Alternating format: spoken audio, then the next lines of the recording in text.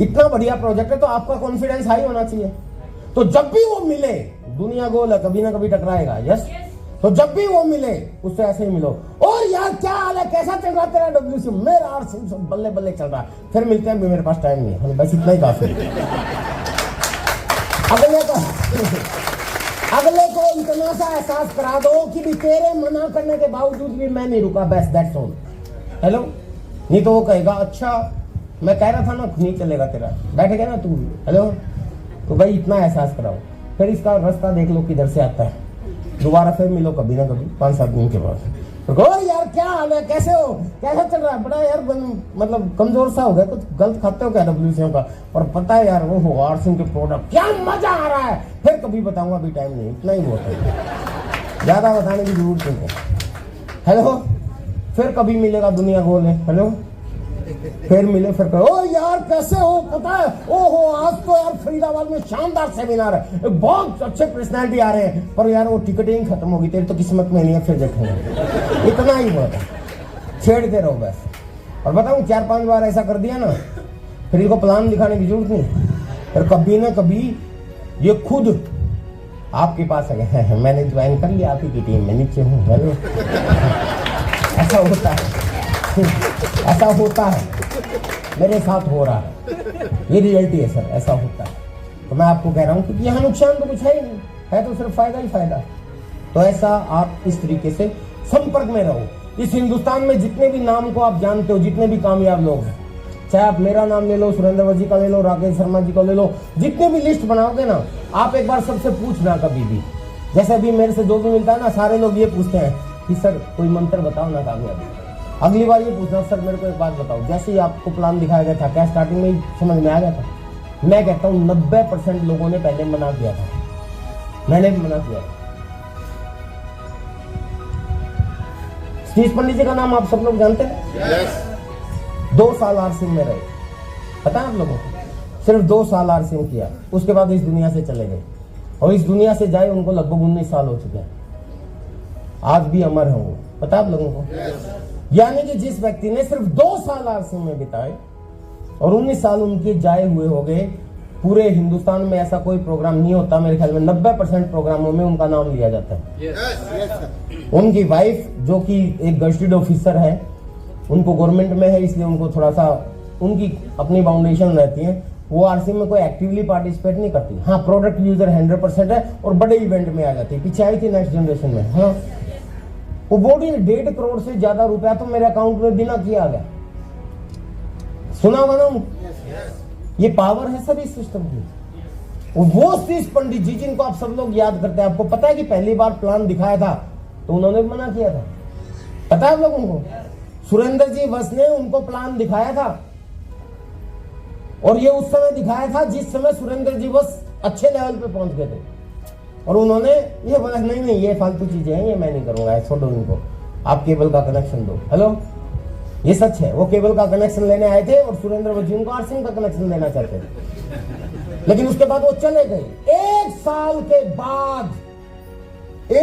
के बाद किसी और ने उनको प्लान दिखाया, तब समझ में आया कि यार अगर एक बार मेरे को केबल वाले ने बताया था और वो खुद फॉलो अगर वो अब तक कर रहे हैं, फिर तो उसी के साथ करूंगा। ये नया आदमी है, पता नहीं कल को छोड़ के भाग जाए तो मेरा क्या होगा।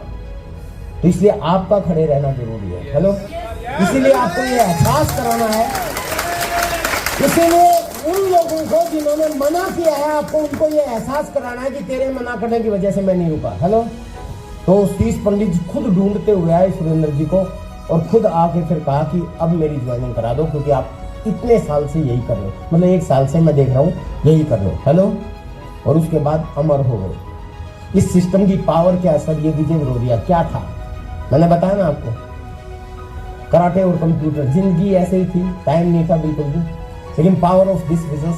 आज मैं आरसीएम के अंदर स्टार सफायर के लेवल पे हूँ, लगभग 24 करोड़ रुपया मेरी टीम में हर महीने जाता है, कुछ लाख तो मेरे को भी आता हुआ।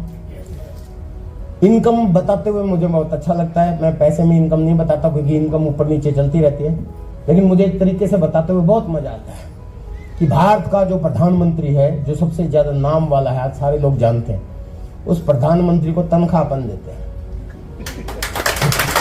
हेलो, और ऑन रिकॉर्ड है, इधर भी वीडियो चल रहा है, इधर भी रिकॉर्डिंग हो रही है। कई लोग मुझे कहते हैं सर ये मत बोला करो कि किसी दिन उठवा लेंगे आपको। हेलो, मैंने कहा भाई देता हूं, मैं सीधी सी बात है, मैं उनको तनख्वाह देता हूं, कच्चा काम करता नहीं, रसीद लेता हूं। हेलो, अब कई लोग जो समझदार हैं, पढ़े लिखे हैं, वो सोचेंगे कि सर क्या आप सिर्फ मोटिवेट कर रहे हो, प्रधानमंत्री को तनख्वाह कैसे दोगे? प्रधानमंत्री की तनख्वाह कितनी है पता है?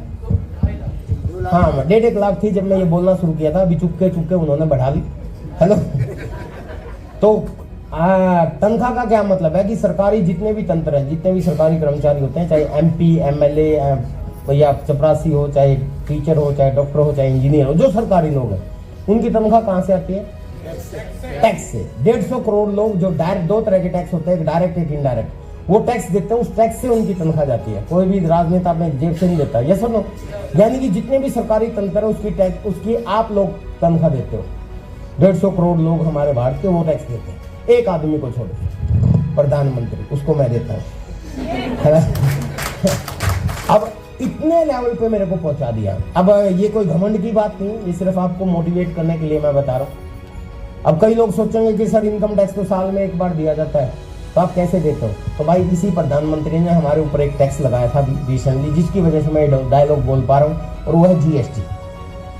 अब GST के बारे में भी कई लोग सोचेंगे तो गुड्स एंड सर्विस टैक्स है, और मैं आपको बता दूं जिनकी इनकम 20 लाख रुपए सालाना से ज्यादा है, वो सब इस टैक्स के अंदर आते हैं। पता है आप लोगों को?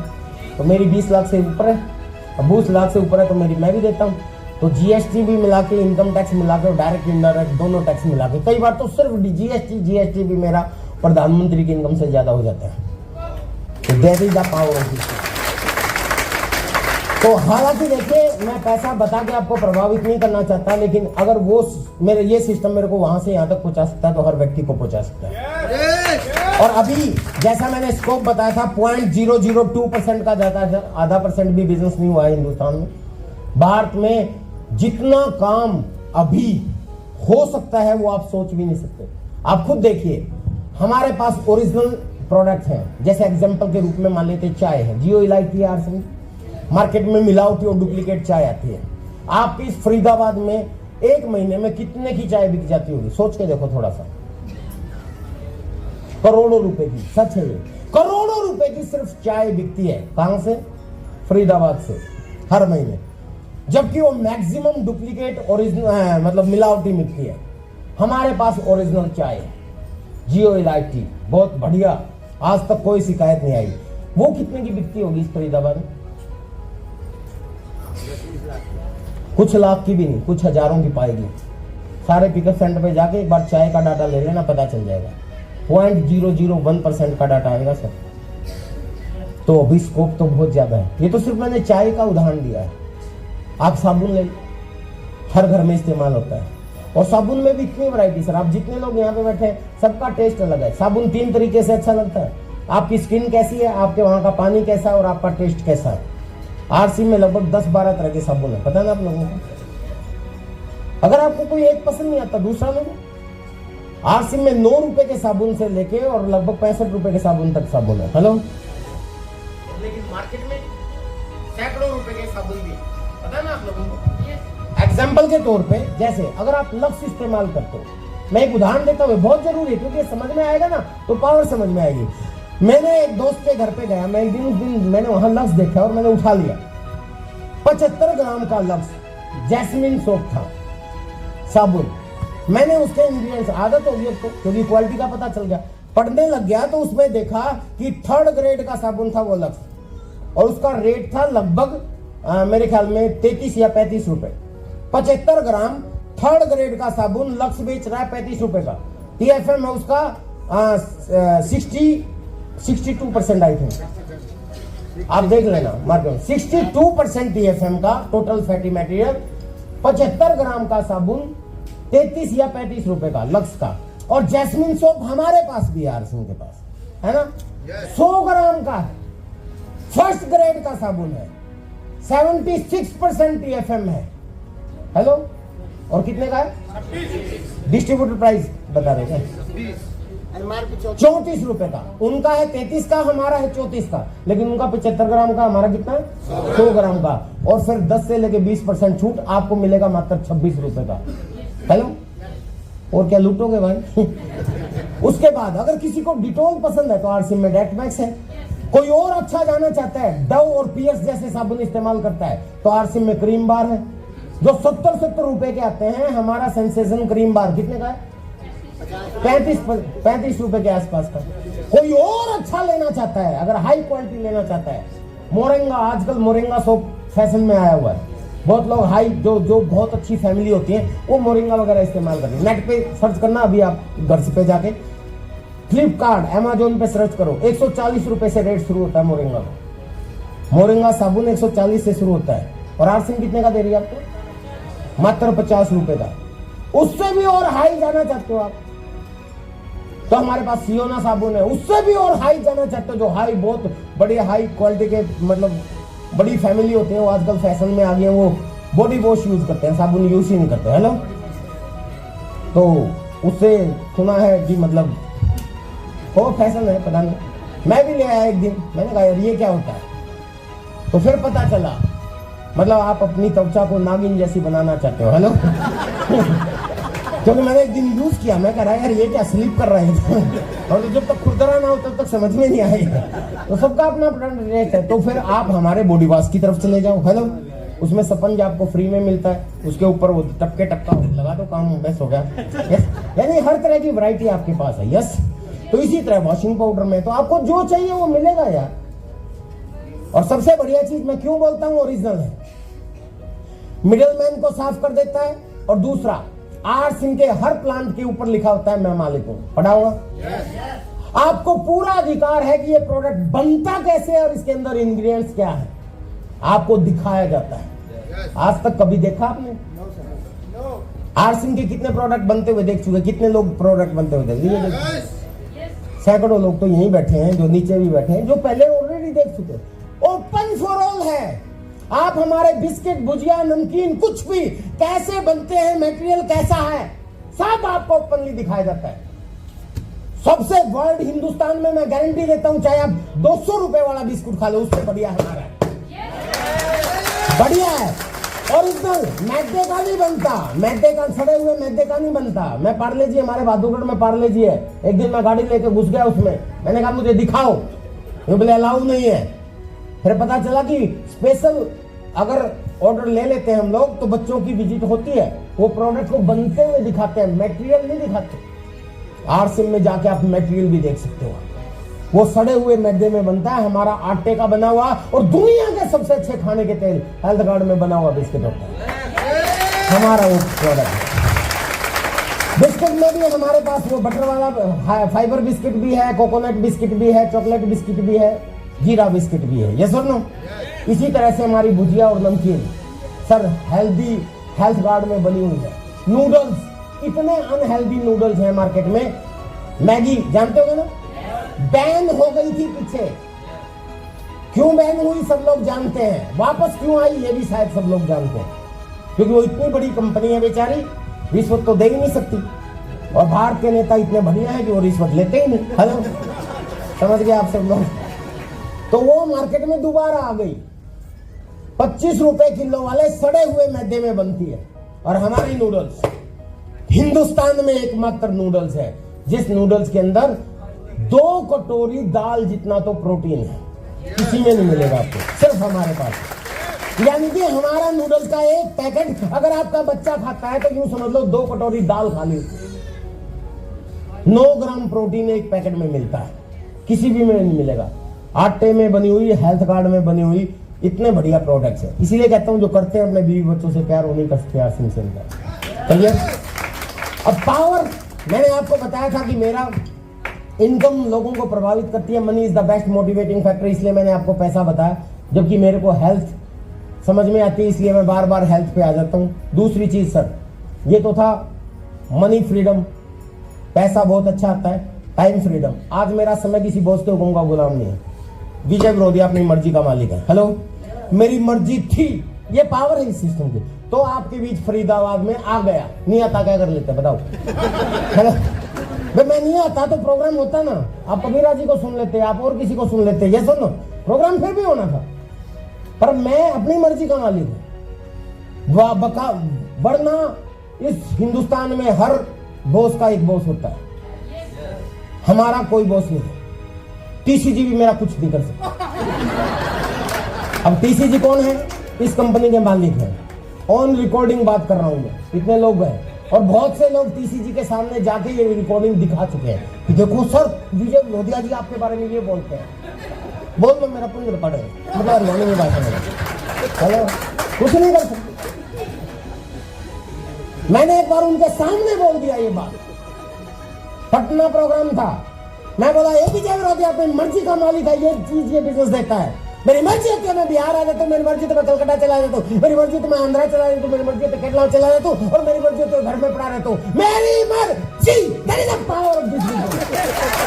और ये बोल के मैंने ऐसे बोला ना मेरी मर्जी, और मैंने टीसीजी को देखा वो भी नीचे गर्दन करके बोले हाँ तेरी मर्जी, ठीक है। अगर मैं यहाँ नहीं आता तो ज्यादा क्या होता, जेपी जी सुजीत जी को फोन करते हैं कि विजय जी ने टाइम दिया था सर आए नहीं। वो मेरे पास फोन करते कि सर क्यों नहीं गई, मैं कहता मेरी मर्जी। और सुजीत जी व्हाट्सएप को फोन करते कि व्हाट्सएप की इज्जत करते हैं कि विजय जी नहीं आए सर। विजय व्हाट्सएप मेरे को फोन करते हैं कि मेरे अपलाइन है, मैं शायद उनकी रिस्पेक्ट करूंगा। मान ले मेरा मूड खराब है, व्हाट्सएप फोन करते हुए क्यों नहीं गया, तूने फरीदाबाद में टाइम दिया था, मैं कहता मेरी मर्जी नहीं गया, क्या कर लेता हूँ। वो ज्यादा टीसीजी को फोन करते, देखो जी विजय लोधिया जी जो है ना उन्होंने फरीदाबाद में टाइम दिया था, हमने इतनी तैयारी की और वो आए नहीं।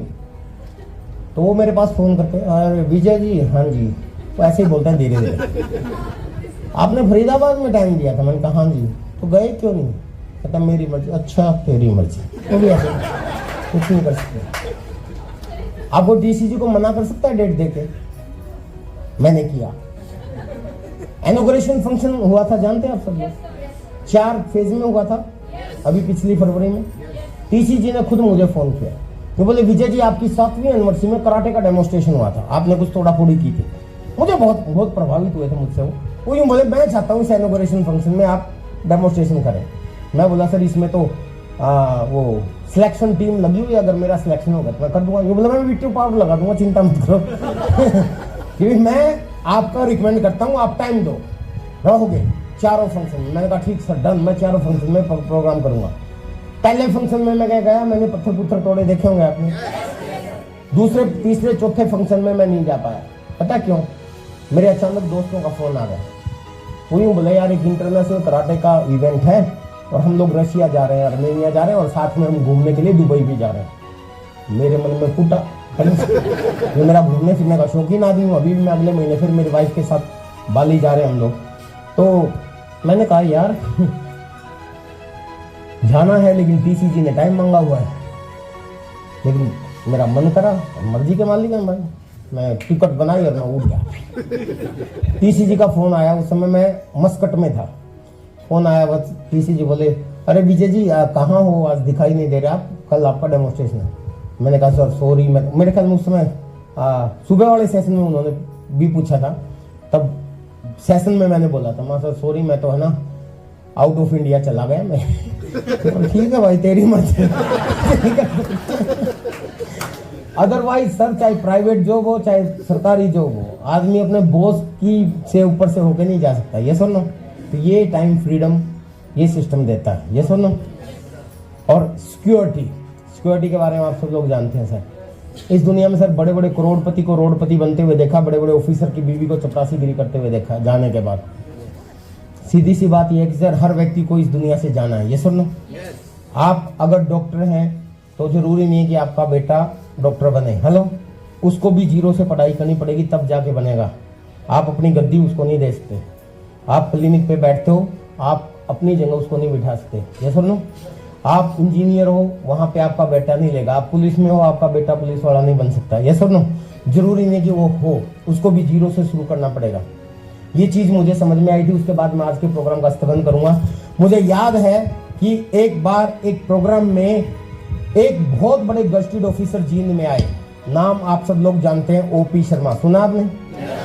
OP Sharma ji joint director के रैंक पे थे राजस्थान गवर्नमेंट में। जब से मैं इस सिस्टम को समझ में आया ज्यादा, OP Sharma ji joint director cooperative department में राजस्थान गवर्नमेंट में ज्वाइंट डायरेक्टर थे।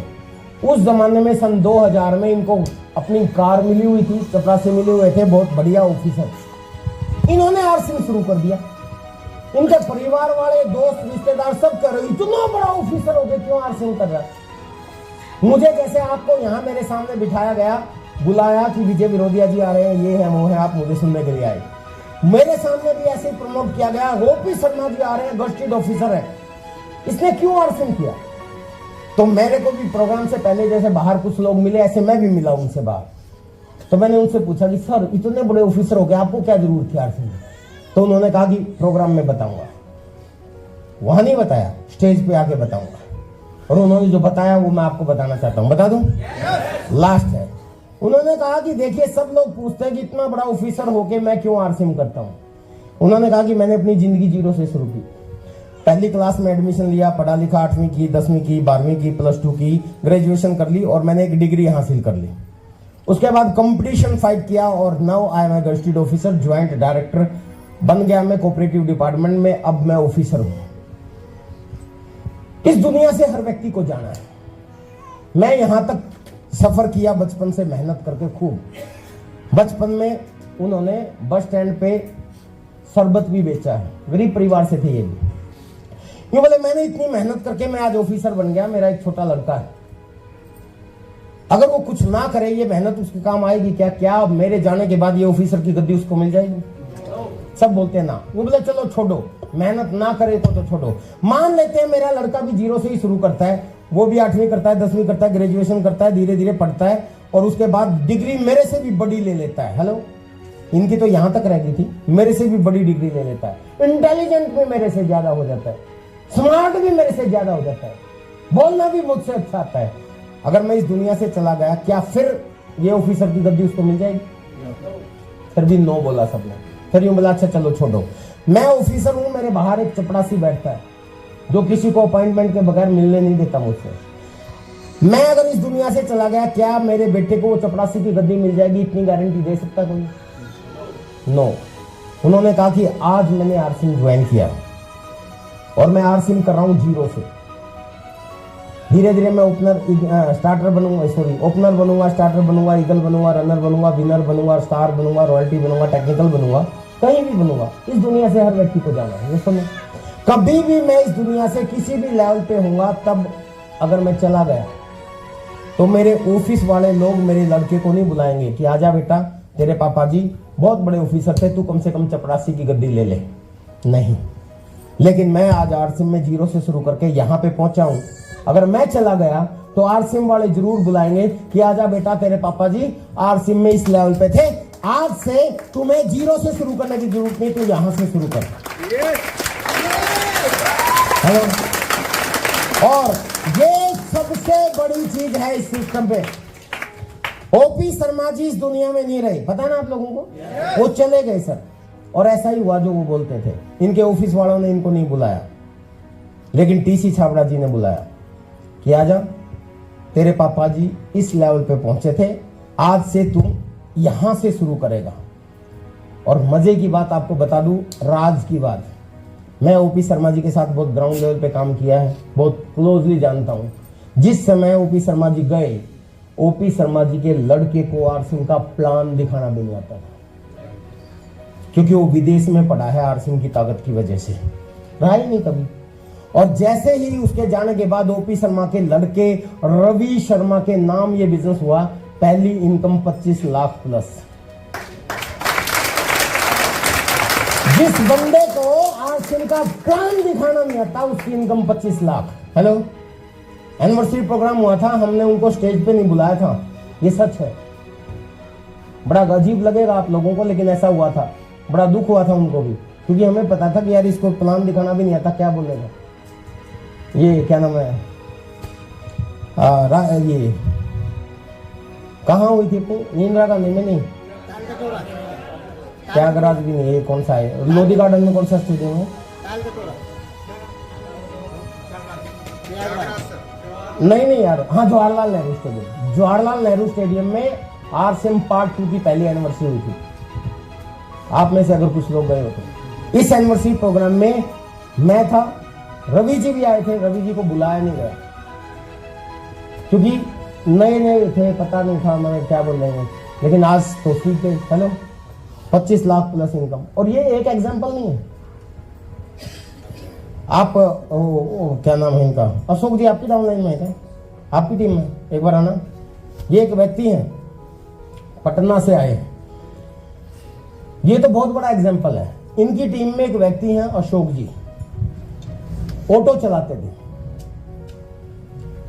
शकेंद्र जी ने मिले थे ना, हाँ आप एक बार बैठे, थैंक यू वेरी मच। मैं इनका एक एग्जांपल देता हूँ। शकेंद्र जी मेरी टीम में स्टार एमराल्ड अचीवर है। पागल सा आदमी है सर, अनपढ़ व्यक्ति है, हिंदी भी नहीं आती उसको। कभी सुनना, टीसी जी के प्रोग्राम में सुबह आते हैं, कई बार बोलते हैं, टीसी बड़ा प्रमोट करते हैं, तो दिल से काम करता है। शकेंद्र जी क्या है कि सिर्फ एक चीज देखते हैं कि यार एक दरोगा होता है ना, दरोगा वो मतलब दरोगा उनकी भाषा में बोलते हैं, मतलब कोई भी पुलिस वाला भी होता है, उसको चाहे 50,000 मिलते हो, उसको रोड पे खड़ा कर देते हैं और वो ड्रेस पहन के रहता है। हेलो, वो ये कहता है कि एक 50,000 लेने के लिए सुबह से लेकर शाम तक उसको ऑफिस कोई पानी पूछने वाला नहीं होता, उसको रोड पे खड़ा रहना पड़ता है। हमारे को इस सिस्टम से अगर लाखों मिल रहे हैं तो हमें क्यों नहीं ड्रेस पहननी चाहिए। हेलो, वो सिंपल ड्रेस हमेशा सुबह उठते वो कोट पैंट टाई डाल लेता है, और वो है ना, बल्कि वहां पे उसका कोई चालान भी काटता है तो उसकी भी ज्वाइनिंग करवा देता है, इतना खतरनाक हो। वो कई बार, एक बार सच्ची घटना, एक बार रोड पे जा रहा था तो किसी ने रोका और वही बोला कि जल्दी से मेरा चालान काटो, मेरी मीटिंग है। वही बोला यार ये सब कौन सा बंदा है जो चालान काटने, नहीं तो लोग रिक्वेस्ट करते हैं ले जी 200 रुपये ले लो, 100 रुपये ले लो। तो यूं बोला जी आप जितना टैक्स लेते हो, वो पागल है कुछ भी बोल देता है, बोले जी आप जितनी तनख्वाह लेते हो ना उतना तो मैं टैक्स देता हूँ। उसने बोल दिया, तो वो मैडम थी कोई, वो यूं बोली यार ऐसा क्या आदमी है बेवकूफ सा। फिर उसने ज्वाइन भी किया और वो प्रोडक्ट भी यूज करती है। एनीवे, ऑटो में जा रहा था वो, तो ऑटो ड्राइवर अशोक की बात कर रहा हूँ, तो वो ड्राइवर के पास एक फोन आता है। अब मैं मीटिंग क्लोज करने वाला हूँ, लास्ट एग्जांपल दूंगा, पावर बता रहा हूँ इस सिस्टम में। ऑटो ड्राइवर अशोक ऑटो चला रहा है। सिकंदर को उस समय गाड़ी नहीं थी सिकंदर के पास, शायद रॉयल्टी चूर था या टेक्निकल अचीव होगा, मुझे ज्यादा पता नहीं। मेरा प्रोग्राम था दिल्ली वहीं पटना में, प्रोग्राम में वो आ रहा था।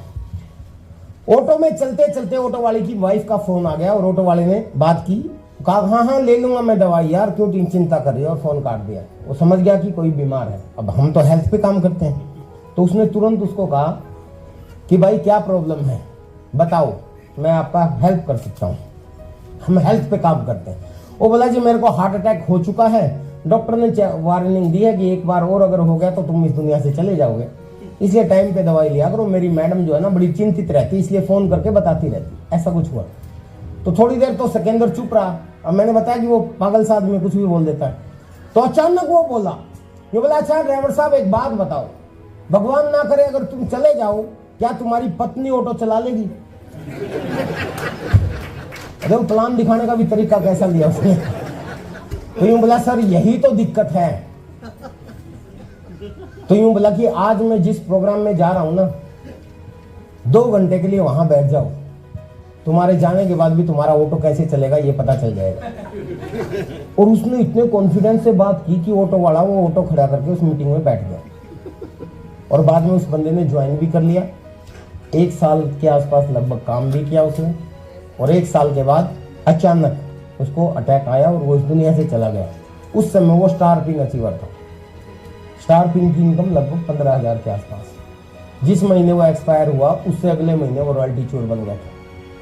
हेलो, और अभी टेक्निकल हो गया है क्वालिफिकेशन में, है अभी स्टार प्लेटिनम है, अगले ही महीने मतलब अभी कुछ समय में वो टेक्निकल जाने वाला है।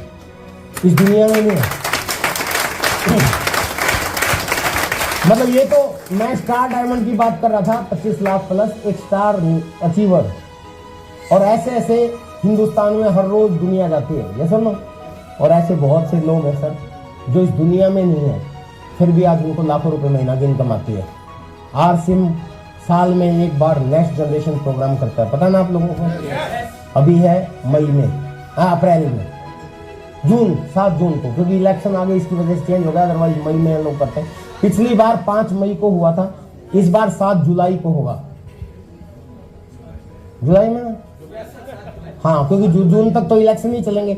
हाँ, त्यागराज स्टेडियम में प्रोग्राम होगा, उसमें हम ऐसे लोगों को बुलाते हैं जो मतलब ऐसे हजारों लोगों की लिस्ट आ जाती है पूरे हिंदुस्तान के। कुछ लोग, हम लोग स्टेज पे नहीं रहेंगे उस दिन, नेक्स्ट जनरेशन के लोग स्टेज पे रहेंगे। या तो वो लोग जिन्होंने ज्वाइन किया और 30 साल से कम उम्र के टेक्निकल अचीवर है, या तो वो रहते हैं, या ऐसे लोग जिनके माता पिता ने शुरू किया था और वो आज इस दुनिया में नहीं है, उनके बच्चे आज इसका बेनिफिशियरी ले रहे हैं और वो काम कर रहे हैं। या ऐसे लोग, उनको हम स्टेज पे बुलाते हैं जिनकी पिछली पीढ़ी ने काम किया था, आज वो दुनिया में नहीं है और उनकी अब फैमिली आरसी में काम ही नहीं कर रही, फिर भी लाखों रुपए महीना की इनकम लेते हैं।